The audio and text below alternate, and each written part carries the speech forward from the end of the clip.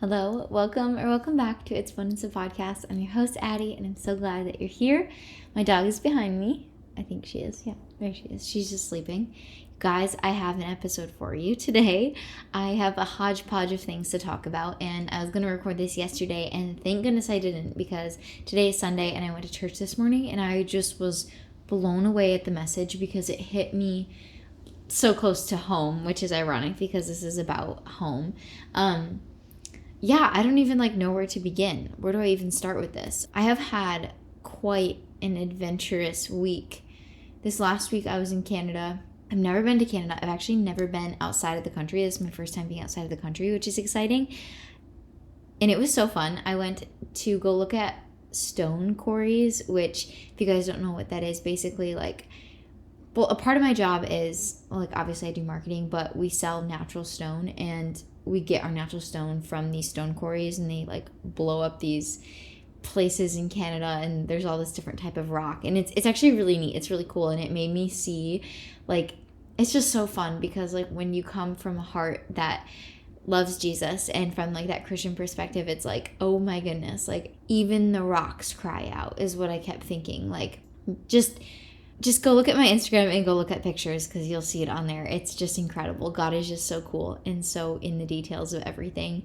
And yeah, it was amazing. So that was really fun. It was kind of a very impromptu, literally I didn't decide that I was going until the morning that we left. So it was very spur of the moment and kind of crazy. And honestly, I have been saying this over and over again to people in my life that I have lived my entire life, just literally my entire life, in anxiety and always trying to have everything in order. I hated change as a little kid. I would literally cry and freak out if something were to change. I remember in kindergarten, the first time that my kindergarten teacher was going to be gone for I think it was a few days or something, and we had to have a substitute teacher, and I was so anxious just because I loved routine. I loved to know what I was going to expect each day. And ever since I chose to follow Christ at 14 years old, it has been this process of me realizing how beautiful it is to not know the future, and how, I don't know, I know it sounds so silly,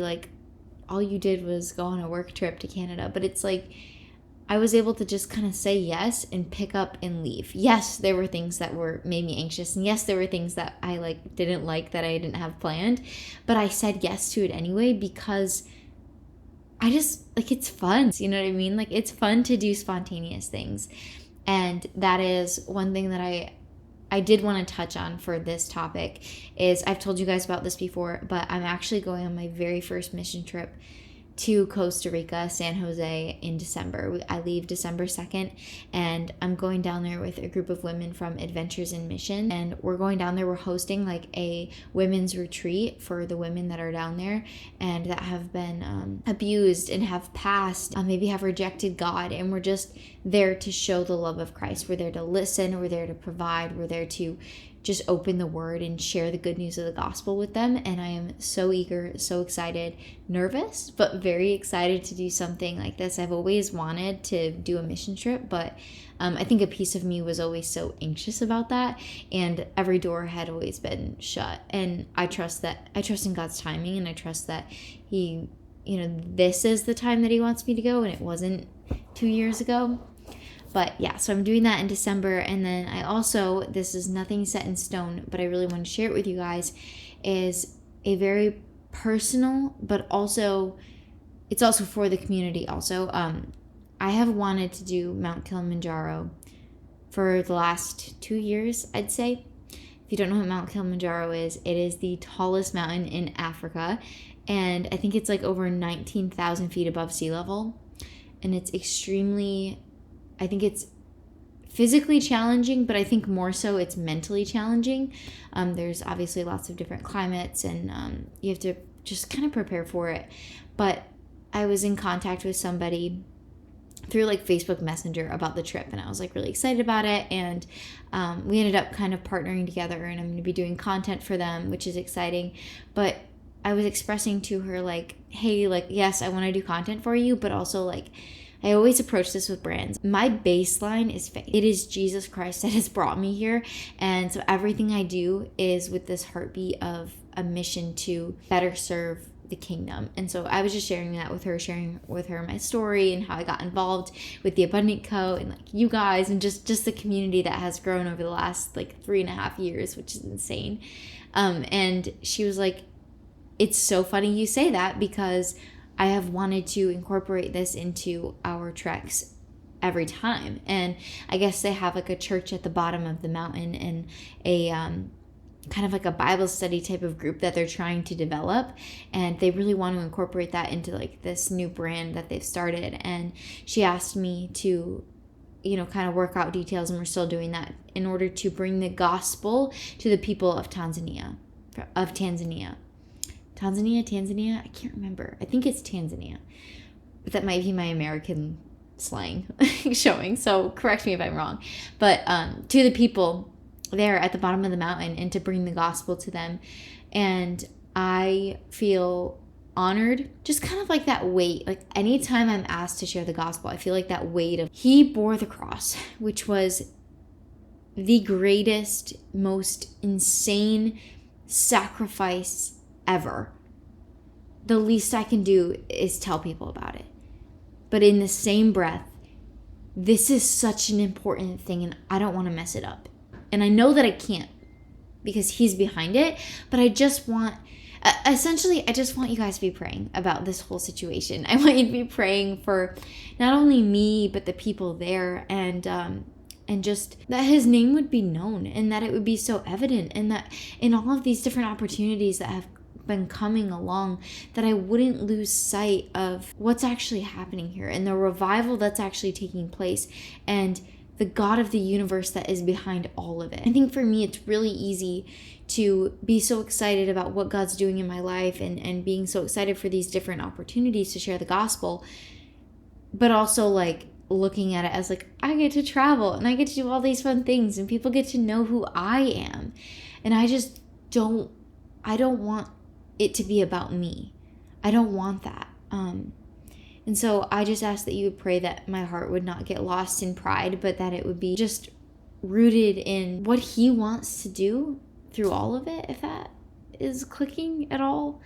So yeah, that's kind of where my mind is at lately, and I want to be taking you guys along just this journey of preparing for the trek mentally, through, you know, just being in the Word and asking the Lord to kind of take over all of the thoughts while I'm there, but also prior to. And then physically, I want to kind of get acclimated. I don't know I know that there's a lot of like elevation changes that you have to kind of prepare for, but there's not a whole lot that I can do for that. Maybe I'll go climb Sleeping Bear Dunes. Michigan people, if you know, you know. But also just like working out and getting physically in shape for that. And then also spiritually, I want to be in a position where I can do this and I can share the gospel rightly, and I want to know him more. I want to become even more biblically sound over these next however many months until I go. Not striving to be like a perfect, you know, theologian, but just to understand it better, and to be prepared to share it with people that might reject it, people that might kind of look at me funny, but it's just a whole different world. It literally is. And I'm also like, I'm not gonna lie, like I'm a little bit nervous. Like I'm super excited to say that I'm gonna go climb Mount Kilimanjaro, but like even the flights, like there's like an 8-hour flight and like 2 layovers, and as of right now I'm going by myself. I'll be with a group of people, but like I don't know anyone that is going from Michigan to Tanzania. So yeah, I'm a little bit nervous, but I'm also really excited. Yeah, this week I've just been talking to so many different people about just my mindset and how it's completely shifted. And I honestly praise the Lord for that. I'm so grateful that I went from this very timid, anxious, and trying to be perfect little girl. And I still have those tendencies, but it seems like ever since I chose to follow Jesus, he's just been shaping me into this kind of more spontaneous and like do crazy type of things girl. And you know, somebody that is a type B and is crazy might look at me and be like, no, you're definitely still a perfectionist, and that's fair. But I I just feel like when you choose Jesus, you really pass from death to life. You really do get transformed. He really does change you. There is a transformation that happens. Like, you go from this place of being dead in sin and alive in Christ. And so with that, today was insane. I came into church and we had this incredible, powerful conversation that I feel like kind of backs this all up. So I'm honestly just kind of like gonna dissect a little bit about what my pastor said. It started off and I was like, oh boy, this is gonna be good. And he asked the question, the very first thing was, where is home? And I can't remember like the context of it, but somebody had asked him, like, he had been all around the country or in multiple different countries and different states, and somebody was like, well, where's home for you now? And he goes into saying, home is a place that we long for. This is something that all of us in our human nature long to be home. He's talking about how, like, if you're in one season of life, you're in one spot, you long to be in a different spot. I think for me, there's a lot of different places where this would make sense. This analogy would fit. But like in the wintertime, I long for the summer and I long for the sunshine. But then in the dead of summer, sometimes when I'm sweating, I'm like, I long for a rainy day, or I long for just the 60-degree weather. And it's like, it's like the grass is always greener, right? Like, you're always longing for something different. And then even now, in a more like home context, I have this home, my home. And when I am here, sometimes I long to be home with my family. And I get emotional. I get sad. And then I get sad that I feel sad about it, because I'm like, well, why can't I just be happy home, like here? And then when I am with them, I'm like, oh, I just miss my physical home. I miss being home, the home that I've just bought. Like, it's just, you're never happy, right? I'm never content. And that's the human nature. And I long for the day where I do feel home. But then he goes into saying, home isn't a place. And this is why we're never satisfied. Home isn't a place, it's a person. We as a people were designed to dwell with God. Revelation 21 says that the dwelling place of God is with man. The way home, the journey back to home, is not a path, it's not a physical road to go down. It's not something that you find along the way. It's none of that. It is a person. Psalm 15 and 16, I'm going to read to you guys. I love this. He ended the sermon by saying, I never thought I would see the gospel in Psalm 15 and 16, yet here we are.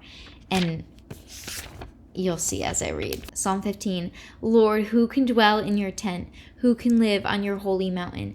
The one who lives blamelessly, practices righteousness, and acknowledges the truth in his heart, who does not slander with his tongue, who does not harm his friend or discredit his neighbor, who despises the one rejected by the Lord, but honors those who fear the Lord, and who keeps his word, whatever the cost, who does not lend his silver at interest or takes a bribe against the innocent. The one who does these things will never be shaken. Right there in verse 1. Who can dwell with the Lord? Who can dwell in your holy tent, O Lord? And he answers it. David answers it and says, the one who is blameless. God requires righteousness in order to dwell in his presence. In order to feel safety, security, lose all anxiety, and feel that freedom, the freedom that I feel to say yes to, this is going to sound so silly, but I mean this, like, just zoom out with me for a second. The freedom that I feel to say yes to going to a trip to Canada on a Tuesday morning when I leave at noon on Tuesday, the same day, like within a couple hours, that freedom that I had to say yes is because my heart dwells with the Lord. But here's the catch. God requires blameless, righteous, what else does it say? People that do not slander, people that do not harm, people that honor those who fear the Lord, who keep his word, whatever the cost. He requires those type of people in order to dwell with him, in order to have that peace and that freedom. But Romans 3:10 says, as it is written, there is no one righteous, no, not one. Okay, So did the Bible just contradict itself?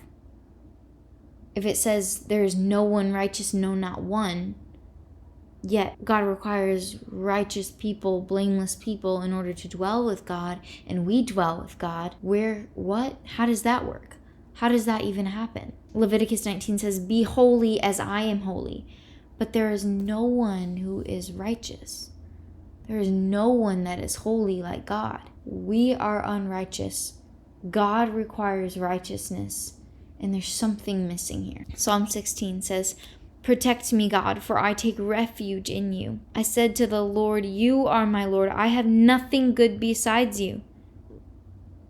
As for the holy people who are in the land, they are the noble ones, and my delight is in them. The sorrows of those who take another god for themselves will multiply. I will not pour out their drink offerings of blood, and I will not speak their names with my lips. Lord, you are my portion and my cup of blessing, and you hold my future. The bounty lines have fallen from me in pleasant places indeed. I have a beautiful inheritance.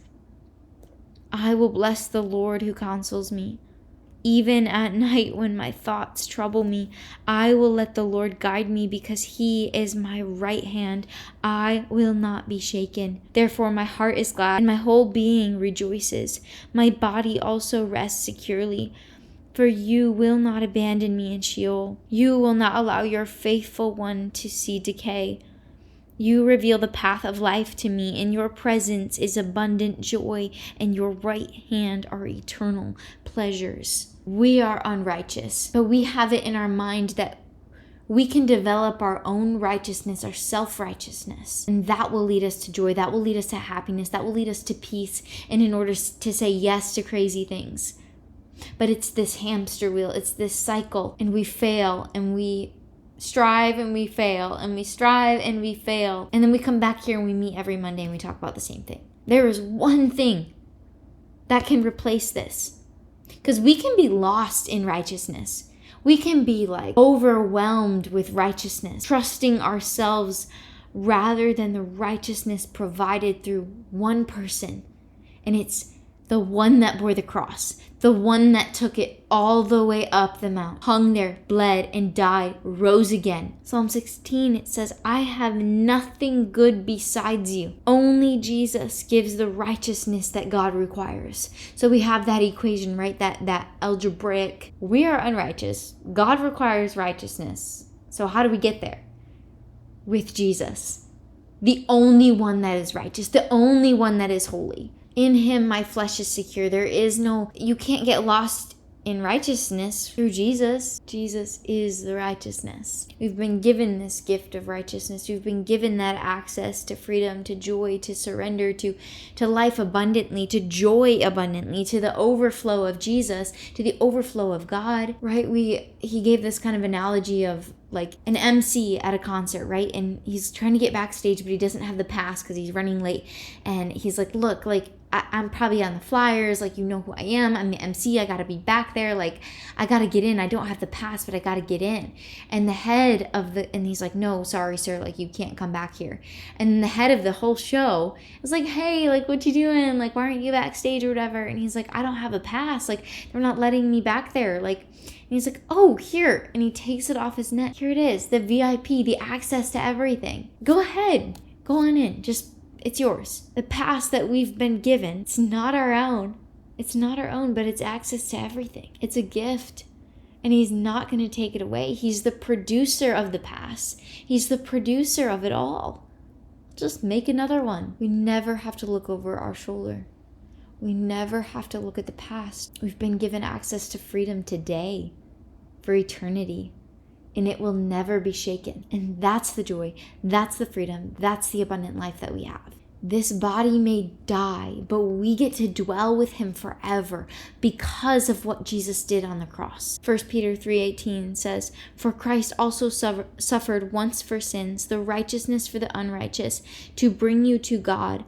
He was put to death in the body, but made alive in the spirit. Therefore, we are alive in the spirit. We don't have to look over our shoulder. We don't have to look at the person that said no and all of the closed doors in our lives. We get to say yes looking forward because we are made right through Christ. We were dead in sin, but made alive in Him.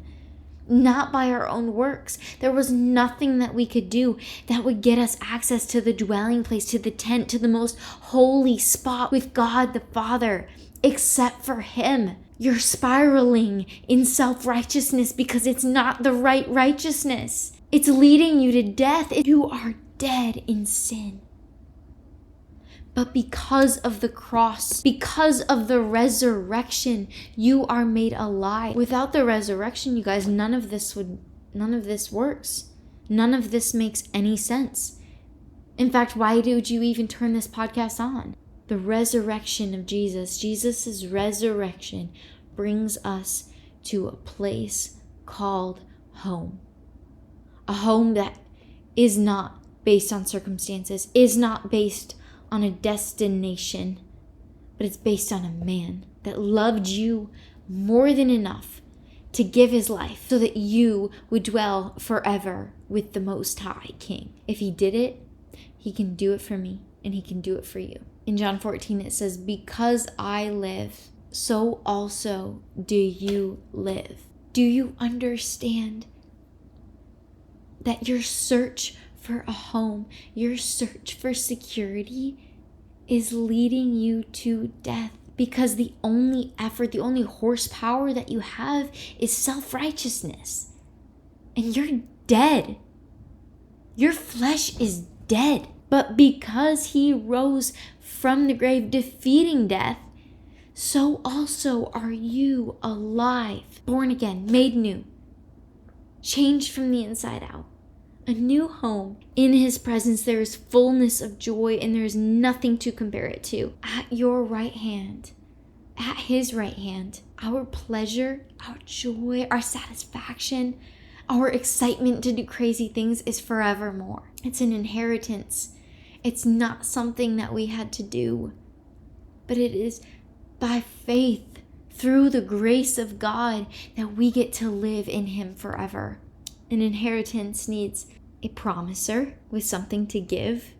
It needs the one that is secured, needs to die in place of that. And then it needs the one that is inheriting that thing has to do so legally, meaning that the only way to secure the inheritance of life abundantly, of freedom in Christ, of the dwelling place of God forevermore, only works if it was written legally and received through faith by grace.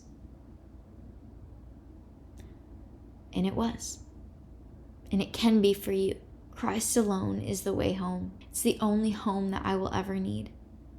It puts everything into perspective. It puts every ounce of fear that I have or doubt or confusion about what I'm doing in my life and what home I'm in and how many bags I have packed. It puts it all into perspective because I have one home, a home that doesn't shake, a home that was inherited through faith by the grace of God to give His life as a ransom for many, to take my place on the cross. Home is not a path. It's not a highway. It's not even a physical home.